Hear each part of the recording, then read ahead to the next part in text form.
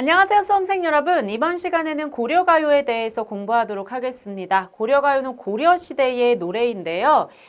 고려시대의 노래가 고려가요만 있는 건 아니겠죠. 고려시대의 다양한 노래들 가운데 고려가요는 어떤 특징을 지닌 노래를 말하는지, 그리고 이 고려가요의 대표적인 작품에는 어떤 것들이 있는지 이번 시간에 살펴보도록 하겠습니다.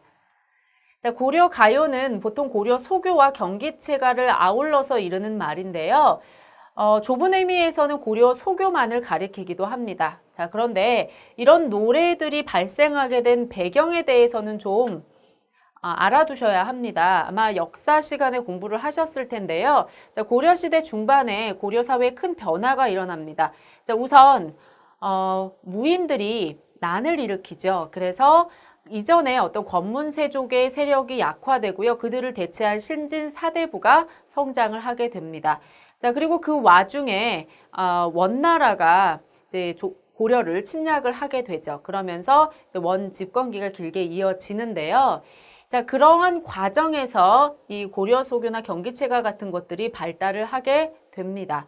아무래도 이제 무신 집권기나 혹은 원 집권기를 거치게 되면서 신하들의 세력이 점점 강해지고 그리고 왕권은 점점 약해지게 됩니다. 그런 과정에서 왕은 어떤 잔치를 즐기면서 시간을 보내게 되는 그런 경우가 많았거든요. 자, 그러면서 궁중 음악이 발달을 하게 됩니다. 그런데 자, 궁중에서 잔치 때 부르던 노래 이런 것들을 새롭게 만든 것이 아니라 밖에서 이제 노래하고 춤추고 하는 사람들을 데리고 오죠. 그러면 그 사람들이 자신들이 평소에 부르던 노래 이런 것들을 같이 가지고 들어오는 겁니다. 자, 그런데 그들이 이제 평소에 부르던 그대로 사용할 수 없으니까 그걸 좀 세련되게 다듬게 되겠죠. 그래서 고려 소교 같은 경우에는 내용은 서민정이면서도 세련된 형식을 취하고 있는 것을 볼 수가 있습니다. 자, 그리고 이 당시에 성장한 신진 사대부들이 굉장히 문학적 소양을 잘 갖추고 있는 사람들이었어요. 그래서 이들이 그것을 발휘해서 자신들의 자부심을 보여준 그러한 갈래가 경기체가라고 할 수가 있습니다. 자, 그러면 구체적으로 고려 소교와 경기체가가 어떤 노래인지 알아보도록 하죠. 자, 고려 소교는 기본적으로 민요에서 비롯된 것들이 많습니다. 자, 민중의 노래였다가 그것이 궁중음악으로 편입되면서 좀 더 형식적으로 잘 다듬어진 것을 볼 수가 있죠. 자, 그리고 아무래도 이것은 이제 궁중 잔치에서 흥을 돋우는 목적으로 노래를 다듬은 것이기 때문에 종종 앞뒤 가사가 잘 맞지 않는다거나 하는 경우도 있어요. 그래서 그러한 것들은 좀 주의해서 보셔야겠고요. 자, 경기체가 같은 경우에는 신진 사대부들이 지은 노래죠. 자, 고려 소교는 민요에서 온 것이 많기 때문에 아무래도 소박하고 풍부하고 진솔한 서민들의 생활 감정이 많이 담겨 있고요. 자, 이와 달리 경기체가는 신진 사대부들의 식견과 뛰어난 관찰력을 바탕으로 사물이나 경치에 대해서 읊은 것, 그리고 이들이 자신들의 어떤 학식을 자랑한 것, 그리고 사대부의 호탕한 기상과 자부심을 보여주는 그러한 것들이 많습니다. 자, 고려 소교나 경기체가나 분절체, 분연체를 이루고 있는 것은 동일한데요. 고려 소교하고 경기체가하고 좀 차이가 뭐냐면 고려 소교 같은 경우는 각 그 연의 길이가 거의 비슷하게 배분이 되어 있거든요. 근데 경기체가 같은 경우에 전절은 길고 후절은 짧은 그런 형식으로 되어 있습니다. 자, 그리고 둘 다 후렴구가 발달했다는 특징이 있어요. 자, 그런데 경기체가 같은 경우에는 좀 일정한 후렴구가 나타납니다. 경기 어떠하니 있고 이 경치가, 이 광경이 어떠합니까? 라는 그런 자부심이 담겨있는 후렴구가 발달한 것을 볼 수가 있죠. 자, 고려 소교 같은 경우에는 대체로 3, 3위조의 삼음보의 운율을 띠는 경우가 많습니다. 삼음보는 기본적으로 민요에서 우리가 많이 찾아볼 수 있는 운율이죠. 그런데 경기체가 같은 경우에는 1에서 3행은 3음보, 5행은 2음보가 반복되는 4음보 이런 식으로 운율이 나타나 있는 것을 살펴볼 수 있습니다. 자, 그리고 고려 소교 같은 경우에는 본래는 구전이 됐어요. 그러다가 한글 창제 이후에 악학개범, 악장가사, 시용왕악보 같은 책에 수록이 되었습니다. 즉 한글로 기록이 되었고요. 그리고 지금 여기 나와 있는 이 책들은 궁중음악을 정리한 책입니다. 고려시대의 음악이 조선시대까지 이어지게 되거든요. 그러면서 이제 기록이 된 거예요. 그때 이제 모든 노래를 다 수용한 것이 아니라 그 중에서 이제 일부를 추려서 이렇게 정리를 한 것이죠. 경기체가 같은 경우에는 보통 이제 한문으로 되어 있고요. 부분적으로 이두를 사용하기도 합니다. 자, 고려소교의 경우에는 아무래도 본래 우리말로 된 노래니까 아름다운 표현이 많이 나타나 있고요. 율조가 유려하면서도 소박하고 꾸밈없는 감정을 진솔하게 표현했다는 점에서 가치가 있다고 할 수 있겠습니다. 경기체가는 아주 오랫동안 향유되었던 그런 문학은 아닌데요. 이후에 어떤 가사 문학에 영향을 주었다는 점에서 의의가 있습니다. 여기에서는 주로 고려소교를 중심으로 살펴볼 거예요. 고려가요의 대표적인 작품으로 가시리를 꼽을 수 있습니다. 이별의 상황을 그리고 있는 작품인데요. 자, 이 작품의 내용을 한번 살펴보도록 하겠습니다. 자, 이 작품의 시작을 보시면 가시리 가시리 있고 나난 버리고 가시리 있고 이렇게 이어지고 있거든요. 자, 지금 여기 보시면 가시리 가시리 있고 라는 것은 사실 본래는 같은 말입니다. 그런데 가시리 있고 이렇게 반복을 하게 되면 음수율이 맞지 않기 때문에 음수율을 맞추기 위해서 가시리 가시리 있고 이렇게 표현을 한 거죠. 자, 그리고 버리고 가시리 있고.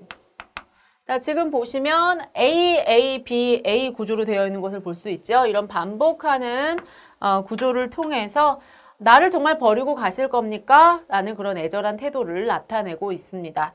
자, 그 다음에 여기에서는 위 증질과 대평성대라는 후렴구가 계속 반복되고 있는 것을 볼 수가 있는데요. 위 같은 경우에는 뭐 이 정도의 감탄사라고 볼 수가 있겠고요.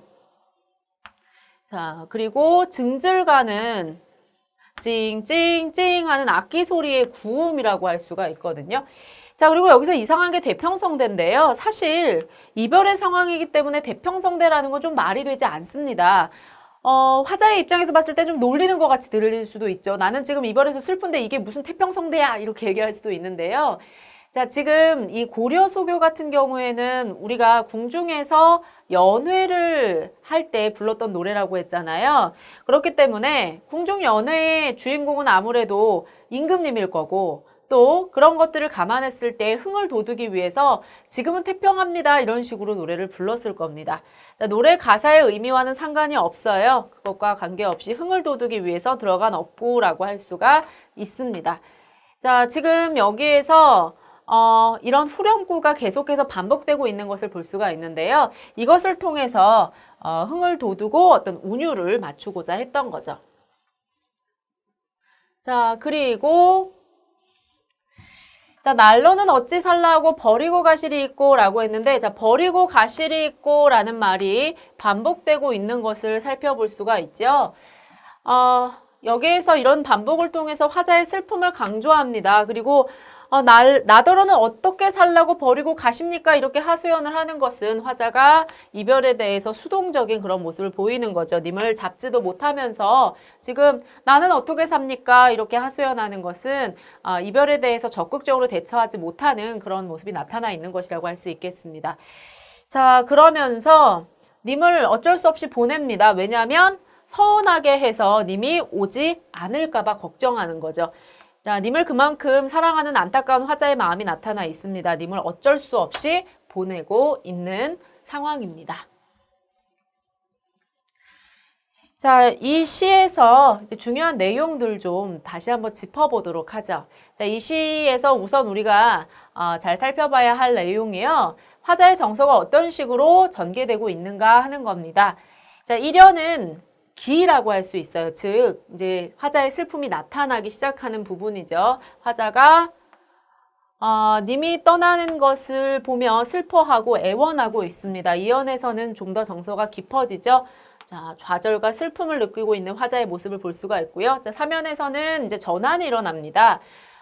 이별의 슬픔을 절제하고 님을 보내겠다라는 체념의 태도를 보여주죠. 그리고서는 4연에 가서 님에게 다시 돌아오기를 이야기합니다. 어떤 간절한 소망을 말하면서 시를 마무리하고 있어요. 자, 이 시에서는 서로님을 보내겠다라고 이야기를 했는데요. 이 서로님이 해석이 두 가지 정도로 이루어집니다. 자, 이 서러워하는 것이 누구냐에 따라서 우리가 다르게 해석할 수 있는데요. 화자가 서럽다 그러면 님을 서러워하며 보낸다라는 그런 의미로 볼 수 있고요. 이미 서러운 상황이라면 서러워하면서 떠나는 님이라는 정도로 해석을 하는 것이 가능합니다.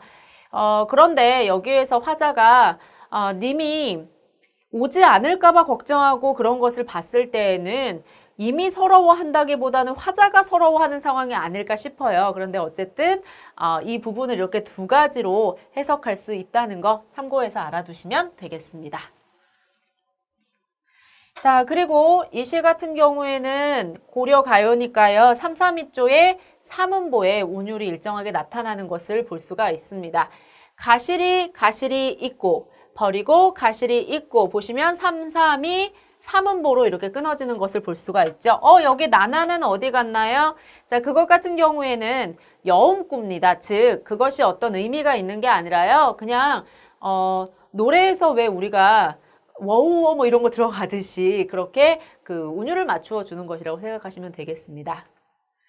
자, 여기 나난이라든가 뭐 위 증질과 대평성대 자, 이런 것들은 결국 각 연을 분절하거나 혹은 노래의 전체적인 운율을 형성하고 흥을 돋우는 역할을 하는 겁니다. 특히 울림소리인 니은, 리을, 이응 이런 음을 사용해서 좀 밝고 경쾌한 느낌을 주는데요.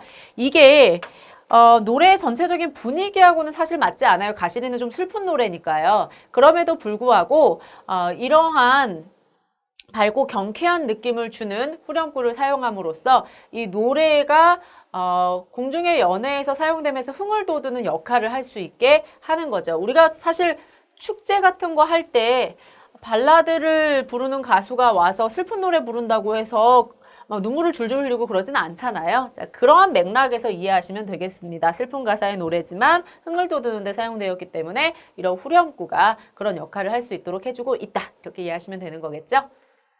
자, 이번에는 청산별곡 살펴보도록 하겠습니다. 이 청산별곡은 사실 굉장한 그 무거운 주제가 담겨 있습니다. 어떤 사람들의 삶의 비애 이런 것들을 다루고 있거든요. 자, 그럼에도 불구하고 이 노래도 후렴구는 밝습니다. 자, 이 노래의 이 가사의 내용과 그리고 후렴구의 특징 잘 생각하면서 내용 정리하시면 되겠어요. 살얼이 살얼이랐다, 청산의 살얼이랐다. 자, 여기에서 살얼이 살얼이랐다.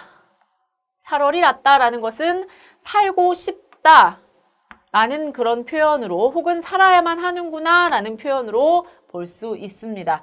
청산의 살얼이랐다라고 이야기하는 것은 살고 싶다라고 봤을 때 속세를 벗어나고 싶다라는 그런 소망을 담고 있는 표현이라고 할 수가 있겠고요. 혹은 청산에 살 수밖에 없다라고 이야기하는 것은 도피할 수밖에 없는 그런 비탄, 슬픔을 나타내는 것이라고 볼 수가 있겠죠.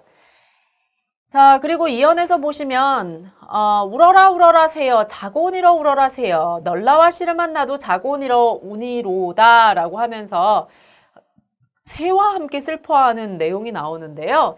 자, 지금 여기서 울어라 라는 것은 우는구나 라는 감탄사로 볼 수도 있고요. 아니면 울어라 라는 명령형으로 볼 수도 있습니다. 너도 울어. 슬프다. 너도 함께 울자. 뭐 이렇게 얘기하는 거죠. 혹은 나는 슬프구나. 새야. 나를 위해 노래해 주렴. 뭐 이런 의미로 우리가 해석할 수도 있습니다. 자, 널라와 요거는 보다라는 뜻입니다. 너와 함께 너보다 씨름한 나도 자고 일어나 울고 있구나. 자, 지금 새가 우는 것을 보고 너도 슬프니 난 더 슬픈데 이렇게 노래하고 있는 겁니다. 자, 화자의 어떤 비탄을 우리가 알 수가 있죠. 자, 그리고 화면에 보시면 가던 새 본다, 가던 새 본다, 물 아래 가던 새 본다 라는 식구가 나오는데요. 이 가던 새에 대해서 우리가 두 가지 정도로 해석을 합니다. 앞에 새 얘기가 나왔기 때문에 정말로 새라고 이야기를 할 수도 있어요. 날아가던 새를 보고 자유에 대한 갈망을 느끼고 있는 거죠. 나도 저 새처럼 자유롭게 날아가고 싶구나. 나는 왜 이리 마음이 무거우냐. 나는 왜 현실에 이렇게 발목 잡혀 있을 수밖에 없느냐. 뭐 이런 슬픔이 나타나 있는 거고요. 자, 혹은 이것을 갈던 사례, 즉 밭으로 해석하기도 합니다. 이건 무슨 얘기냐? 도피해 있는 처지지만 혹은 이상향을 찾아간 처지지만 속세에 대한 미련을 버리지 못한 겁니다. 밭이라는 것은 사람들이 이 농사 지어서 먹고 사는 그런 터전이라고 할 수가 있겠죠. 속세의 삶, 현실의 삶을 대표하는 것이라고 할 수 있을 텐데요. 자, 그것을 바라보면서 나는 예전에 평화롭게 농사 짓고 살던 그때로 돌아갈 수는 없는 걸까? 이렇게 생각을 하고 있는 거죠. 자, 그리고 유견에서는 바다에 살겠다고 이야기하고 있습니다. 여기에서 뭐 남아자기는요, 나문제라고 해서 해조류의 일종을 이야기합니다. 여기에서 뭐 나문제니 굴조개니 이런 것들 먹으면서 바다에서 그냥 소박하게 살아보겠다라는 그런 모습을 나타내고 있고요. 자, 그 다음에 7원에 보시면 가다가 듣노라, 예정지 가다가 듣노라. 자, 어떤 것을 듣는지는 이제 뒤에 나오고요. 여기 애정지라는 것은 외따로 떨어져 있는 부엌을 의미합니다. 그곳에 왜 가는지도 뒤에서 우리가 확인할 수 있어요. 자, 어쨌든 자, 여기를 가다가 희한한 걸 보게 됩니다. 사슴이 짐대에 올라서 해금을 혀거를 들어오라라고 했는데, 자, 이게 무슨 얘기냐? 이게 진짜 사슴이라고 봤을 때에는요, 의미가 어떻게 되느냐? 일어나기 어려운 기적이 일어나는 것을 바란다. 이렇게 볼 수가 있습니다. 자, 그런데 이거는 뭐 지나치게 비현실적이니까 좀 현실적으로 사슴 분장을 한 광대를 나타내는 표현이나 혹은 사람을 옷표게 한 걸로 본다면 음악을 들으면서 현실을 잊고자 하는 자 그런 태도로 생각해 볼 수 있겠죠. 어찌 되었건 간에 이 식구는 현실의 괴로움에서 벗어나고자 하는 화자의 마음을 우리가 알 수가 있습니다. 자, 그리고 원래 애정지를 가던 목적이 있습니다. 술을 마시려고 했거든요. 조롱꽃 누르기 매와 잡사오니 내 어찌하리 있고. 자, 술 마시면서 그냥 잊어보겠다. 힘들고 살기 어렵지만 어쩌겠느냐. 그냥 잊어야지. 뭐 이런 태도가 나타나 있습니다. 체념적이면서도 낙천적인 그런 태도를 우리가 여기에서 살펴볼 수 있습니다. 이 청산별곡 같은 경우에는 당시에 어떤 서민들의 어려운 삶, 자, 그런 것들이 반영되어 있다고 볼 수 있을 텐데요. 청산별곡은 5연과 6연의 순서를 바꾸면 청산의 노래와 바다의 노래로 대칭 구조를 이루고 있는 것을 볼 수가 있습니다. 청산에 대한 동경의 노래, 바다에 대한 동경의 노래, 그리고 그와 더불어 나타나는 화자의 삶에 대한 고독과 그리고 비탄 이런 것들이 시의 주 내용을 이루고 있습니다. 자, 그래서 그 점을 여기에서 확인하시면 되겠고요. 자, 그 다음에 이 시에 나타나 있는 여러 가지 시어들의 의미를 잘 정리하셔야 합니다. 자, 우선 제일 중요한 게 청산과 바다라고 할 수가 있겠죠. 자, 이곳은 화자의 이상향이자 도피처로 현실과는 대조적인 그런 곳이라고 할 수 있겠습니다. 청산에서는 머루랑 다래를 그리고 바다에서는 남아자기와 구조개를 먹고 살겠다라고 했는데 이것은 소박한 삶의 모습을 나타낸다고 볼 수 있겠죠. 그 점에서 봤을 때 청산과 바다는 이상향이 아니라 도피처에 가깝다 이렇게 해석하기도 합니다. 자, 그리고 화자는 새와 함께 슬퍼합니다. 그래서 새는 화자의 분신이자 화자가 동병상련을 느끼는 즉 감정이입을 하는 대상이라고 볼 수가 있겠죠. 자, 낮에는 그래도 이럭저럭 지낼만 한데 밤이 되면 더 외롭고 쓸쓸합니다. 자, 밤에는 그 슬픔이 더 깊어지죠. 밤은 화자가 절대적인 고독을 느끼는 그런 시간이라고 볼 수 있겠습니다. 그리고 화자는 왜 오나 돌에 맞아 옵니다. 누가 돌을 던졌는지도 몰라요. 그런데 그 돌에 맞아서 울고 있습니다. 자, 이 돌이라는 것은 화자의 의지와는 무관한 어떤 인간의 슬픈 운명을 나타낸다고 볼 수가 있겠죠. 자, 이런 상황에서 화자는 강수를 마시며 결국 아픔을 잊고자 합니다. 현실의 고통과 괴로움을 잊게 하는 매개체 역할을 이 강수, 아주 독한 술이 한다고 볼 수가 있겠죠. 결국 현실에서 도피할 수밖에 없는 그런 화자의 모습이 이 시에 잘 나타나 있습니다. 자, 이 시 같은 경우에는요, 앞서 이야기했듯이 고려가요가 다듬어지는 과정에서 좀 변모를 겪는다고 했죠. 그러다 보니까 아무래도 좀 식구가 다양하게 해석될 여지가 있습니다. 구전되다가 궁중음악으로 편입되고 기록되는 과정에서 다양한 첨삭이 이루어진 것 같아요. 자, 이와 관련해서 좀 다양하게 해석되는 식구 두 가지 정도를 살펴보면요. 자, 우선 익 묻은 장글란이라는 식구에 대해서 이끼 묻은 쟁기다 이렇게 해석을 하면 이 시의 화자를 우리가 농토를 잃고 유랑하는 농민으로 볼 수가 있습니다.